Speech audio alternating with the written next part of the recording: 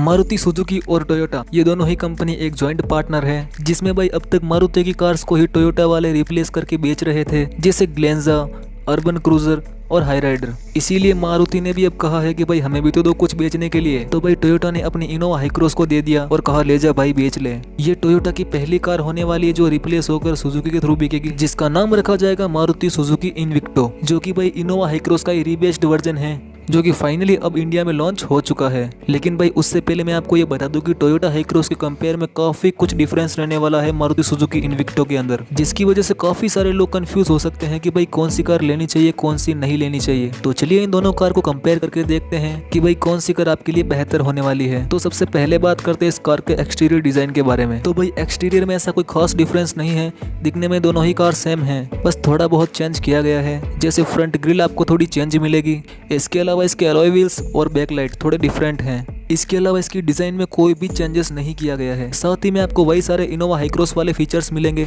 जैसे rear wiper, rear defogger, LED headlights, LED DRLs, sunroof और shark fin antenna जैसे features दोनों ही गाड़ियों में आपको कॉमन मिलेंगे। वहीं बात करें दोनों गाड़ियों के इंटीरियर फीचर्स की, तो भाई दोनों ही गाड़ियों में आपको काफी सारे फीचर्स कॉमन मिल जाते हैं, जैसे 10 इंच का बड़ा सा infotainment system, digital cluster, connected car features. इसके अलावा 360 degree camera, ventilated seats, memory seats, rear captain seats, dual zone climate control AC जैसे फीचर्स दोनों ही गाड़ियों में आपको कॉमन मिलते हैं।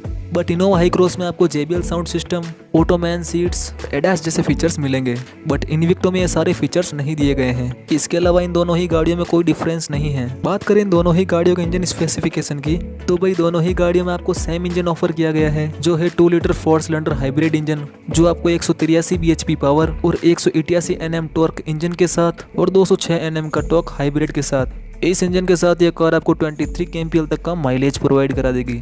बात करें इन दोनों गाड़ियों के सेफ्टी फीचर्स की, तो भाई सेफ्टी वाइज दोनों ही गाड़ियां बेहतर है, क्योंकि भाई इनविक्टो टोयोटा इनोवा के प्लेटफॉर्म पर बनी है, तो बिल्ड क्वालिटी और सेफ्टी फीचर्स दोनों ही गाड़ियों में आपको सिमिलर ही मिलेंगे। हालांकि अडास जैसे फीचर्स आपको इनविक्टो में नहीं मिलते, बट इसके अलावा आपको सेफ्टी के सारे फीचर्स कॉमन ही मिलते हैं, जैसे 6 airbag, ABS with EBD, electronic parking brake, vehicle stability control, hill start assist जैसे फीचर्स दोनों ही गाड़ियों में कॉमन मिलते हैं।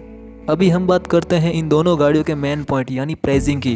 तो भाई इनविक्टो 2 वेरिएंट के साथ इंडिया में लॉन्च होगी, जेटा प्लस और alpha plus. Zeta plus 7 seater की प्राइस 24,72,000 एक्स शोरूम है और 8 सीटर की प्राइस 24,84,000 एक्स शोरूम है। वहीं अल्फा प्लस यानी टॉप मॉडल की प्राइस 28,43,000 एक्स शोरूम है। इसके अलावा टोयोटा इनोवा हाई क्रॉस को भी 2 ही वेरिएंट के साथ इंडिया में लॉन्च किया गया है, जो है VX और ZX। VX 7 सीटर की प्राइस 25,03,000 एक्स शोरूम है और 8 सीटर की प्राइस 25,08,000 रुपये है एक्स शोरूम, जबकि टॉप मॉडल यानी ZX ऑप्शनल की प्राइस 29,99,000 है। तो भाई देखा जाए तो इनविक्टो हाई क्रॉस से 1.5 लाख सस्ती है, बट इनविक्टो में 2-3 फीचर्स भी आपको मिसिंग मिलेंगे।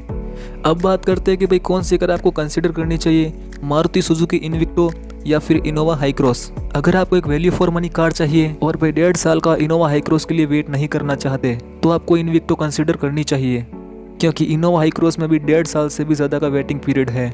बट आपको एडास जैसे फीचर्स और टोयोटा जैसी ब्रांड वैल्यू चाहिए, तो फिर भाई आपको इनोवा हाई क्रॉस ही कंसिडर करनी चाहिए। अब आपको इन दोनों ही गाड़ियों में से कौन सी कार सबसे ज़्यादा अच्छी लगी, नीचे कमेंट करके ज़रूर बताएं।